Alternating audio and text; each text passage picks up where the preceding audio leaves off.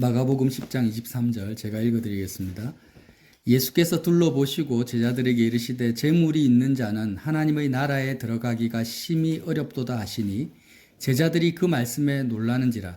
예수께서 다시 대답하시되 애들아 하나님의 나라에 들어가기가 얼마나 어려운지 낙타가 바늘 끼로 나가는 것이 부자가 하나님의 나라에 들어가는 것보다 쉬우니라 하시니 제자들이 매우 놀라 서로 말하되 그런즉 누가 구원을 얻을 수 있는가 하니 예수께서 그들을 보시며 이르시되 사람으로는 할 수 없으되 하나님으로는 그렇지 아니하니 하나님으로서는 다 하실 수 있느니라.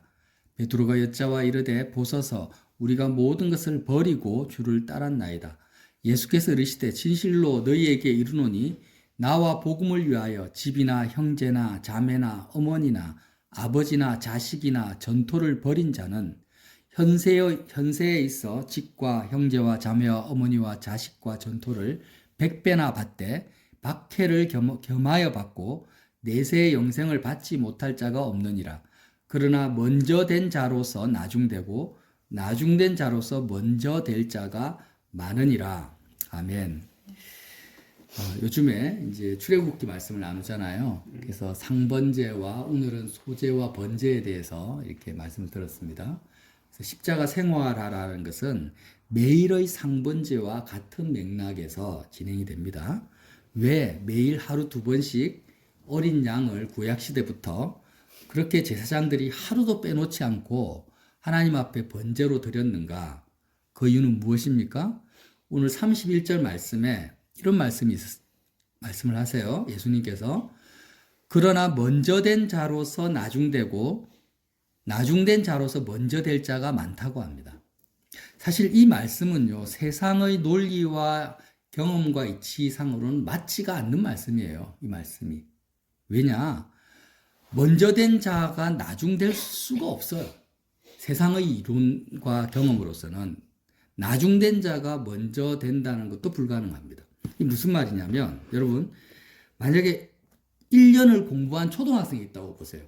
공부한 시간이 1년입니다. 1년 동안 뭘 배우겠습니까?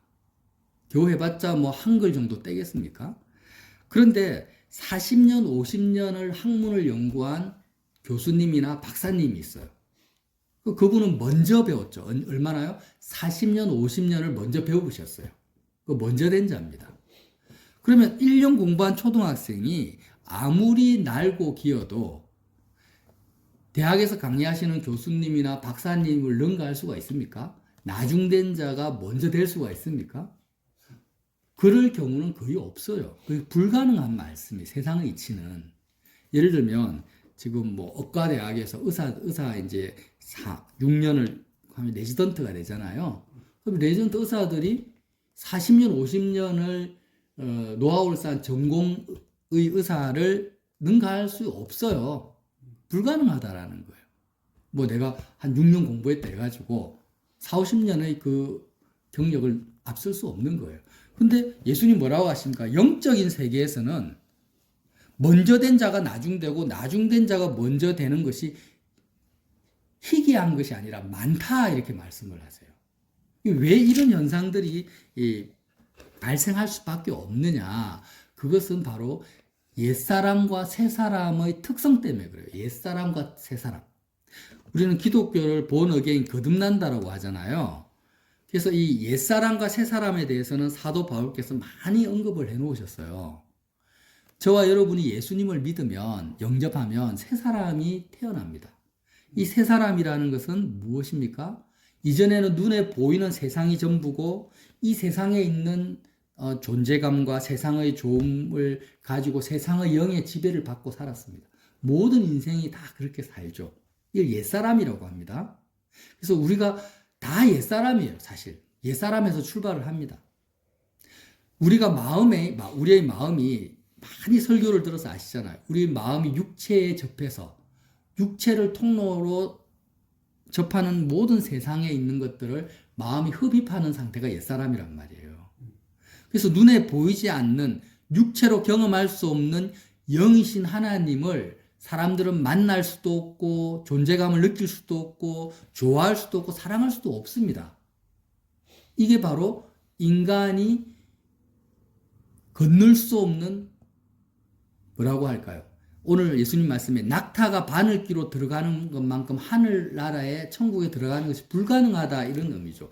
옛사람의 개념에서는 일단 우리 육체가 접하는 눈에 보이는 육체의 오감각의 이 세상이 먼저 우리의 마음에 와닿지, 보이지 않는 영이신 하나님을 내가 먼저 마음을 하나님께 드리고 하나님을 사랑한다라는 것이 뭐와 같냐? 옛사람에게서는 낙타가 바늘귀로 들어가는 것만큼 불가능하다라는.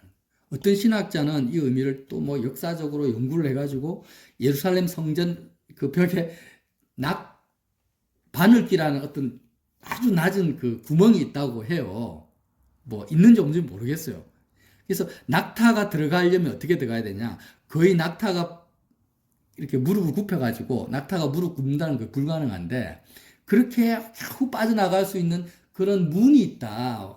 그걸 비유했다. 이렇게 설명하는 어떤 신학자들이 있더라고요. 근데 저는 그렇게 보지 않고 지금 주님이 말씀하시고자 하는 의도는 뭐냐면 불가능하다라는 걸 말씀하고 있는 거예요. 불가능하다. 예. 뭐요? 옛사람의 체질을 가지고 있는 저와 여러분이 영이신 하나님을 사랑하는 것이 불가능하다라는 거예요. 그런데 사람으로는 할 수 없는데 하나님으로서는 하실 수 있다 이렇게 말씀하잖아요. 어떻게 하실 수 있습니까? 예수님을 통해서 우리를 거듭나게 하시는 거예요. 아멘. 예수 그리스도의 죽음과 부활에 참여하게 하셔서 저와 여러분이 옛사람의 상태로 살아가는 것이 아니라 새 사람으로 살게 하신다라는 거예요. 어떻게 해요? 다시 태어나게 하세요. 이걸 거듭난다. 다시 우리의 영혼이 태어났어요. 어떻게 태어납니까?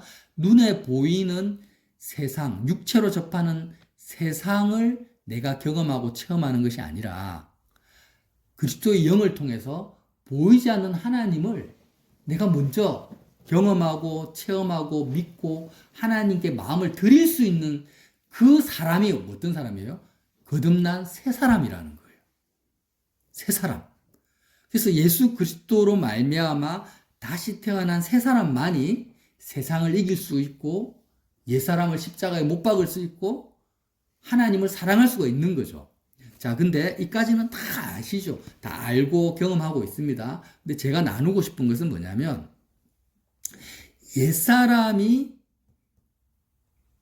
우리가 거듭났다 할지라도 항상 새 사람으로 살지는 못하잖아요. 항상 마음을 다해서 하나님을 사랑하지 못하잖아요. 그럼 하나님을 사랑하지 못할 때는 우리는 어떤 상태로 살고 있습니까? 옛사람의 상태로 사는 거예요. 그러다가 정신을 바짝 차리고 다시 예수님을 붙들고 십자가에 마음을 두면 이제 우리가 다시 새 사람의 상태로 하나님께 마음을 드릴 수가 있습니다. 이렇게 왔다 갔다 한단 말이에요. 저와 여러분이. 예. 그런데 이렇게 한번 우리가 마음을 세상에 빼앗기고 마음이 육체에 달라붙어서 눈에 보이는 것에 마음이 쏠릴 때 이렇게 옛사람의 상태로 살아갈 때 어떤 상태냐? 그 상태가 누룩의 상태라. 누룩의 상태. 자, 예수님이 누룩이라는 이 비유는요, 좋은 뜻으로도 설명을 하셨고 설교를 하셨고 나쁜 뜻으로도 설교를 하셨어요. 천국은 뭐라고 하시냐면 마치 여자가 가루 서말 속에 갖다 넣어 전부 부풀게 한 누룩과 같다 이런 표현을 하셨어요. 마태복음 13장에 천국을 누룩 비유하셨어요. 그러니까 예수님으로 말미암아 거듭난 새 사람도 그 속성이 뭐냐면 누룩 같은 거예요. 누룩. 그리고 바리새인과 서기관들의 누룩을 조심하라 이렇게 하셨고 고린도전서 5장 6절에 바울께서도 너희가 자랑한 것이 옳지 않도다. 적은 누룩이 온 덩어리에 퍼지는 것을 알지 못하느냐.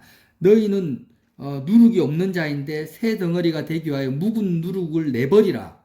유월절 양 곧 그리스도께서 희생되셨느니라. 그러니까 옛사람의 영역도 바울이나 예수님께서 누룩의 속성을 표현하세요. 옛사람의 적은 누룩을 버려라. 그리고 천국도 누룩을 비유하셔가지고 천국을 설교하신 거예요. 그러니까 옛사람과 새사람의 그 특성이 뭐냐면 누룩과 같은 거예요.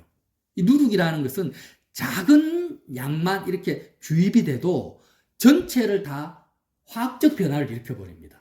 화학적 변화라는 것은 완전히 그 속성 자체를 성질 자체를 바꿔버리는 걸 화학적 변화라고 하거든요. 그런 거예요. 이게 무슨 말이냐면 제가 이제 인터넷 찾아봤어요. 세계에서 가장 강력한 독이 뭐냐? 저도 처음 알았는데 황금 독화살 개구리에서 추출된 독이에요. 전 뱀의 독이 가장 독할 줄 알았는데 그게 아니라 개구리에 있는 독이 가장 독하더라고요. 이게 황금 독화살 개구리에 있는 독 1g. 1g은 한 방울도 안 되잖아요. 1g이 성인 1만 명을 죽일 수가 있어요. 그 개구리에 있는 독 1g이요. 성인 1만 명을 죽일 수가 있다는 거예요. 치명적이죠. 그 정도로 독해요. 그러니까 이게 뭐냐. 우리가 예수님을 믿고 거듭났다 할지라도 저와 여러분의 마음이 세상과 접하잖아요. 마음을 하나님이 아니라 세상의 어떤 자녀나 부모나 물질이나 오늘 부자, 청년이 지금 물질을 버리지 못해서 돌아가는 걸 보고 예수님이 이 말씀하신 거거든요. 재물이 있는 자가 천국에 들어간 것이 낙타가 바늘 기로더라. 그러니까 이렇게 마음이 재물이나 물질에 우리 마음이 딱 달라붙었을 때 이 세상을 사랑하는 세상에 달라붙은 이 마음이 독이에요, 독. 누룩이에요, 누룩. 이것이 우리의 마음속에 새 사람 속으로 침투해가지고 황금 독화살 개구리의 독보다 더 강한 독으로 화학적 변화를 일으켜가지고 저와 여러분을 속에 있는 하나님을 사랑하는 새 사람을 전멸시켜버려요. 완전히 새 사람을 없애버리는 거예요, 그냥. 그렇잖아요. 저와 여러분의 돈 문제나 건강 문제에 우리의 마음이 빠져버리면 하나님의 존재감이 없어요, 아예. 0%입니다, 아예 전멸이에요. 독에 중독되어가 하나님이 사라진 거예요. 하나님의 조음이 아예 없어져 버려요. 그러니까 옛사람과 새사람이 이렇게 바뀌는 그 정도가 이렇게 1 더하기 1은 2고 2 더하기 1은 3이고 3 더하기 1은 4고 이런 식으로 점진적으로 새 사람의 상태에서 점점 해가지고 옛사람으로 넘어가는 게 아니라는 거예요. 순간적으로 맹독에 쏘여가지고 완전히 죽어버리듯이 우리가 마음을 세상에 두고 세상에 빼앗겨버리고 일단 하나님을 사랑하는 마음이 순식간에 누룩처럼 완전히 없어져 버려요. 그냥. 이게 영적인 세계라는 거예요. 이 천국이고 마귀의 그런 독사의 독과 같다라는 거예요. 이런 세계 속에서는 어떤 일이 벌어지냐? 먼저 된 자가 나중되고 나중된 자가 먼저 되는 것이 많아져 버리는 거예요. 예를 들면 저 같은 경우도 거의 모태신앙처럼 정말 40년, 50년을 성경을 읽고 성경 공부하고 전도하고 하나님의 은혜도 많이 경험하고 선교도 하고 이렇게 막 살아왔어요. 그러면 40년, 50년 동안 저 속에 말씀이나 영적 지식이나 하나님과의 관계성에서 많은 것들을 축적되어 있을 거 아니에요. 그런데 이런 축적된 신앙과 믿음들이요. 어떤 일이 벌어지냐? 아무 소용이 없는 거예요. 언제요? 내가 세상의 마음을 빼앗겨버리면. 하나님과 나의 관계성. 물론 인간적인 지식이나 인간적인 경험은 남아있겠죠. 제 속에. 그러나 영적인 세계 속에서 하나님과의 관계나 사랑의 관계나 하나님께 마음을 드리는 것과 내가 천국을 누리는 영역에 있어서는 4, 50년의 신앙의 노하우나 경험들이 먼저 된 것들이 아무 의미가 없는 거예요. 왜? 너무 강력하니까. 옛사람이 가지고 있는 이 독성이 황금 독화살 개구리보다 더 강력하다는 거예요. 너무 강력하기 때문에 순식간에 내 속에 있는 하나님을 사랑하고 천국을 누리는 새 사람을 멸절시켜 버린다는 거예요. 그래서 내가 50년 동안 하나님께 충분히 마음을 들이고 사랑했다 할지라도 오늘 지금 내가 십자가의 예수님을 바라보지 아니하고 사도 바울처럼 십자가를 내가 짊어지지 아니하고 십자가를 놓쳐버리면 오늘은 천국이 없는 거예요. 아멘. 지금은 하나님과 나와 아무런 관계성을 못 맺는 거예요. 과거가 어땠든지 간에. 이게 영의 세계고 믿음의 세계라는 것입니다. 그럼 반대도 마찬가지죠. 50년, 40년 동안 내가 형편없이 알코올 중독자로 살고 하나님을 전혀 모르고 살았다 할지라도 지금 오늘 이 시간 내가 그리스도와 연합하고 하나님께 마음을 드린다면 자, 그러면 우리가 이제 숙제가 생기는 거. 아, 옛사람의 독이 이렇게 강력하다면 이 옛사람을 죽일 수 있는 독은 뭐냐 도대체? 예수님의 보혈입니다. 보혈. 자, 독일어로요. 기프트. 영어로 기프트는 선물이잖아요. 독일어로 기프트는 독이라는 뜻이거든요. 그러면 이 독이 은혜가 되는 거예요. 영어로 은혜가 독일어는 독이에요. 독일어의 독이 영어로는 은혜예요. 제가 이 비유로 이렇게 말씀을 드리는 건데, 옛사람을 죽일 수, 이 강력한 옛사람을 죽일 수 있는 독이 뭐냐? 예수님의 피라는 거예요. 예수님의 피가 뭡니까? 그리스도의 죽음에 내가 참여하는 거예요. 그러니까 예수님의 피를 음료로 내가 마시는 거예요. 예수님의 피를 내가 마시면 이 은혜를 마시는 건데, 공짜 은혜를 마시는 건데, 이것이 나의 옛사람에게는 뭐로 작용합니까? 독으로 작용하는 거예요. 옛사람을 죽이는 독으로 작용을 하는 거예요. 새 사람에게는 생명으로 작용을 하고, 예수의 피가, 예수님 피가 옛사람을 죽이는 독으로 마신다라는 의미가 뭐예요? 우리가 뱀에게 독이 이렇게, 저는 쏘여보진 않았지만 물리면 우리의 피가요 젤리처럼 이렇게 굳어져 버려요. 순식간에 피가 속성이 바뀌어 버리는 거예요. 그렇지? 예수님의 피를 내가 마시면 내 옛사람의 그 피가 완전히 속성이 바뀌어 버리고 하나님을 만날 수 있는 마음과 생각과 영적 상태로 내가 변화돼 버리는 거예요. 그래서 우리의 인간의 죄라는 것이 정말 방사능보다 훨씬 독한 독인데, 하나님과의 관계를 끊어버리고 하나님의 사랑을 알 수 없게 만드는 강력한 독이 인간의 죄라는 독입니다. 마귀가 심어놓은 인간의 그 죄인데, 예수 그리스도의 피는 이 인간의 옛사람을 죽이고 죄를 죽이고 소멸시키는 하나님의 강력한 독이라는 거예요. 그 우리에게는 생명으로 작용을 하는 거죠. 자, 그래서 50년, 60년 동안 내가 옛사람으로서 세상을 사랑하고 세상에 찌든 사람이라 할지라도 지금 그리스도의 피를 마신다. 그리스도의 죽음을 나의 것으로 정말 내 피로 흡수하듯이 그리스도의 죽음을 내가 먹고 마시면 어떤 화학적 변화가 일어나느냐. 정말 하나님께 온전히 마음을 두를 수 있는 새 사람으로 내가 거듭나서 하나님을 전심으로 사랑할 수 있게 되는 거예요.